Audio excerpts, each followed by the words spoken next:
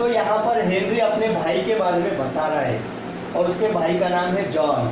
Okay, सो Henry कहता है कि शक्ल शबाहत में, चेहरे में, हाइट में, लंबाई में और मोटापे में, यानी बॉडी स्ट्रक्चर में और चेहरे में वो सेम उसके भाई की तरह बड़ा हुआ है। That folks got taking me for him, और उसके रिश्तेदार हैं हमेशा कंफ्यूज होते हैं कि जॉन को हेनरी समझते हैं और हेनरी को जॉन समझते हैं। अपने पोएट का नाम हेनरी है और उसके भाई का नाम जो है जॉन है। And each for one another. That folks got taking me for him and each for one another. यानी एक दूसरे को, मतलब जॉन को हेनरी, हेनरी को जॉन समझा जाता है। It puzzled all our kith and kin, और उसके रिश्तेदारों के लिए, रिश्तेदार रिलेटिव वर्ड देने के बजाय यहाँ पर उसने फिर से एलिट्रेशन का इस्तेमाल किया वाला है और किथ एंड किन ये लफ्ज का इस्तेमाल किया वाला है। ओके, सो उसके रिश्तेदार हमेशा कंफ्यूज होते हैं कि जॉन को वो हेनरी समझने लगते हैं और हेनरी को वो जॉन समझने लगते हैं। It reached an awful pitch, और इतना ही नहीं, सिर्फ कंफ्यूजन के तौर पे नहीं बल्कि ये अपनी लिमिट क्रॉस कर लेते हैं। कभी कभी जो है तो लिमिट क्रॉस हो जाती है इस कंफ्यूजन की वजह से। ये मामूली सा कंफ्यूजन नहीं है, इसके लिए वर्ड दिए वाला है इट रीच्ड, क्या दिए वाला है? It reached an awful pitch, यानी वो अपनी लिमिट क्रॉस हो जाती है। Okay, for one of us was born twin. अब ये सब क्यों होता है? क्योंकि दोनों भी जो है तो जुड़वा हुए हैं। Okay, yet not a soul live which, और बिल्कुल कोई भी नहीं बता सकता है कि किस बॉडी में जॉन की सोल है, जॉन की रूह है और किस बॉडी में हेनरी की रूह है। मतलब ये इतने सेम है कि रिश्तेदार भी जो है तो कंफ्यूज होते हैं और रिश्तेदार भी जो है कंफ्यूज होकर जो है इतनी ज्यादा कंफ्यूजन होते हैं कि कोई भी नहीं बता सकता है कि जॉन कौन है और हेनरी कौन है। Okay, one day to make the matter worse, और एक दिन जो है लिमिट हो गई, एक दिन जो है हद ही हो गई। One day to make the matter worse before our names were fixed. ये कब की बात है? जब हद हो गई, जब उनके नाम रखने से पहले की बात है। Okay, and we were being washed by nurse, as we were being washed by nurse। ये कब की बात है? जब उनको जो है, देखिए बच्चा जब पैदा होता है तो उसको सबसे पहले नहलाया जाता है, तो यहाँ पर भी नर्स ने उनको नहलाने का काम किया है।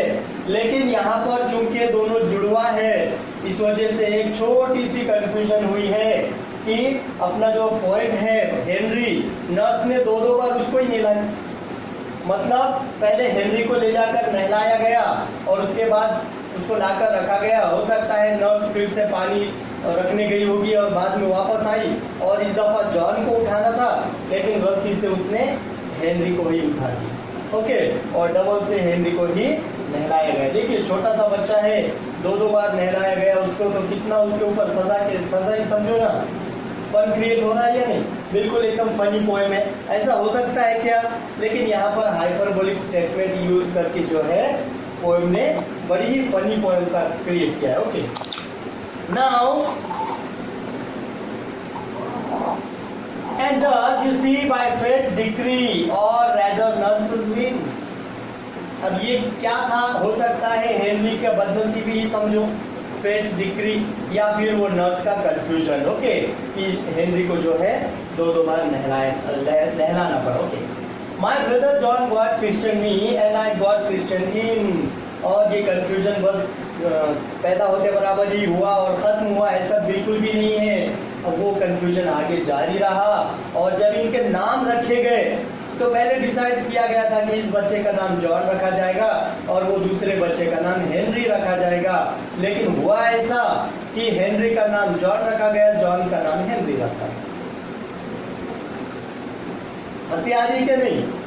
ऑब्वियसली हंसी आएगी ही हमें, है ना, कि हम बोलेंगे अरे जिसका नाम रख दिए उसका नाम वही है, लेकिन यहाँ पर पोएट ने ये सिचुएशन क्रिएट किया है कि भाई फला ये बच्चे का जो है तो हेनरी नाम रखने वाले थे, लेकिन उसका गलती से नाम जॉन रख दिया गया और इस बच्चे का नाम जॉन रखने वाले थे, उसका नाम हेनरी रखा गया। ओके, सो क्रिश्चियन के अंदर एक कॉन्सेप्ट होती है बैप्टिज्मा या क्रिश्चियन कहा जाता है उसको।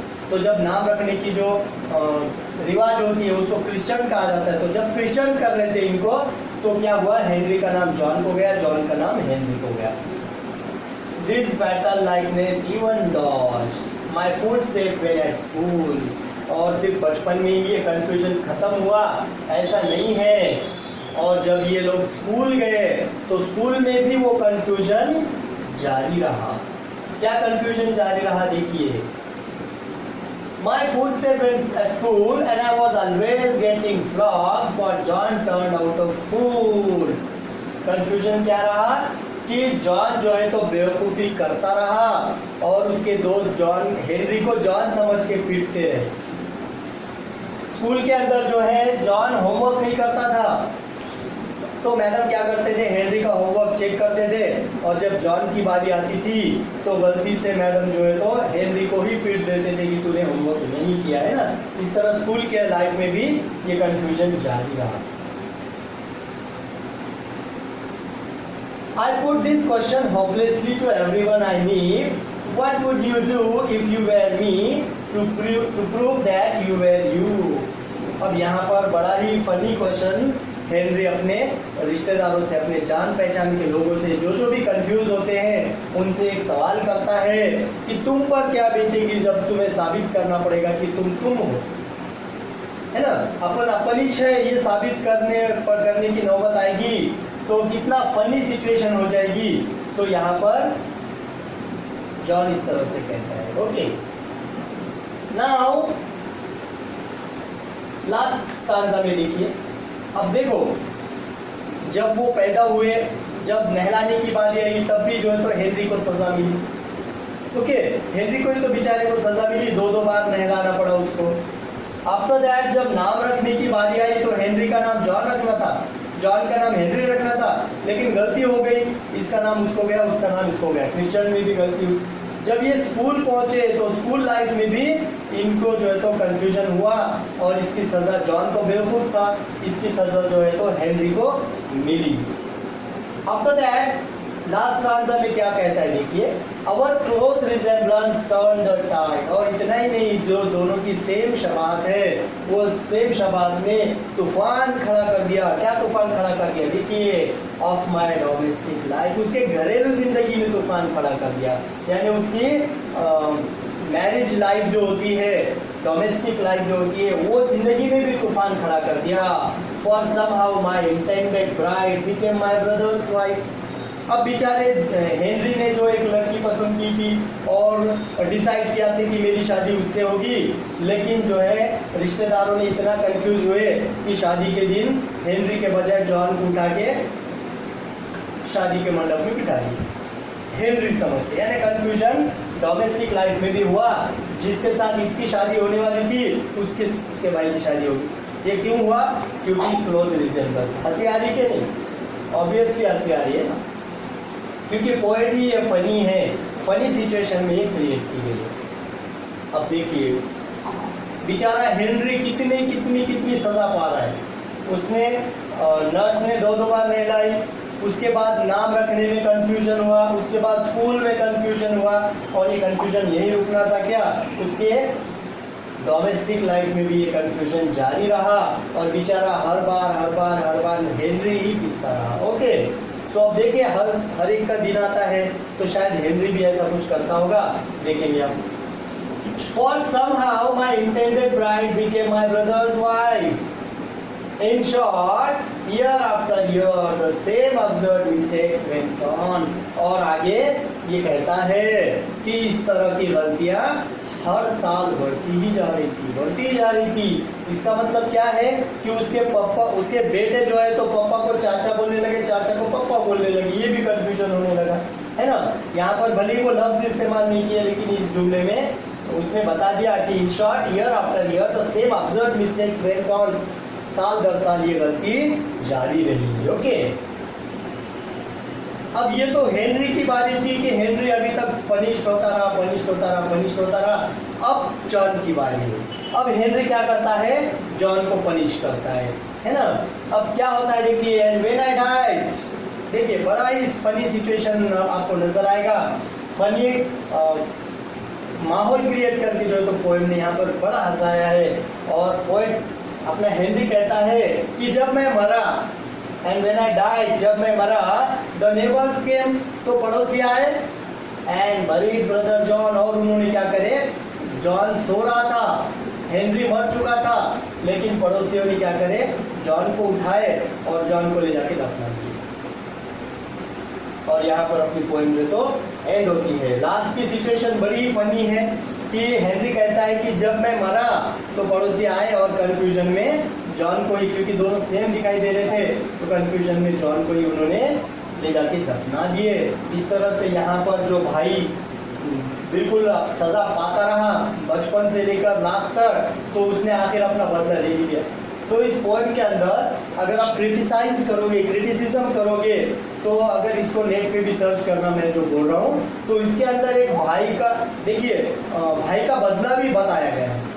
दो भाइयों के बीच जो है तो कंफ्यूजन जो होता है, दो भाइयों के बीच जो छोटी मोटी लड़ाइयाँ होती है, और अगर वो भाई अगर जुड़वा है तो वो लड़ाइयाँ तो और ज़्यादा ही सेम होगी कि अगर फादर ने इसको ड्रेस लेकर आया, इसको तो वो कहता है कि मुझे वो कलर चाहिए था, मुझे ये नहीं चाहिए था, है ना। तो ये छोटी मोटी लड़ाइयाँ भाइयों का पार्ट ही है। तो इसके अंदर वही पार्ट को जो है तो डिस्क्राइब किया गया है, और पोएम एकदम फन क्रिएट करती है, पोएम क्रिएट की वाली है। ओके, समझ में आए। इसके अंदर कई सारे फिगर्स ऑफ स्पीच का इस्तेमाल है। स्टार्टिंग की लाइन ही अगर आपने देखे तो इसके अंदर आपको स्टार्टिंग के लाइन में ही आपको क्या नजर आएगा, एफ एफ एफ, है ना। एक ही लाइन में 3 लफ्जों की शुरुआत एक ही कॉन्सोनेंट से हुई है। That means here alliteration figures of speech is used. Okay, after that कई सारे फिगर्स ऑफ स्पीच का इस्तेमाल किया गया है। हाइपरबोल का इस्तेमाल किया गया है। ऐसा हो सकता है क्या भला कि बड़ी जुड़वा हो, सेम हो, लेकिन ऐसा हो सकता है कि नर्स इतनी कंफ्यूज हो रही है एक ही बच्चे को 2-2 बार नहलाए। तो इस तरह से जो है यहाँ पर हाइपरबोलिक स्टेटमेंट और एग्जैजरेशन का इस्तेमाल करके जो तो इस पोएम को फनी क्रिएट किया। इस तरह से कई सारे इसके अंदर फिगर्स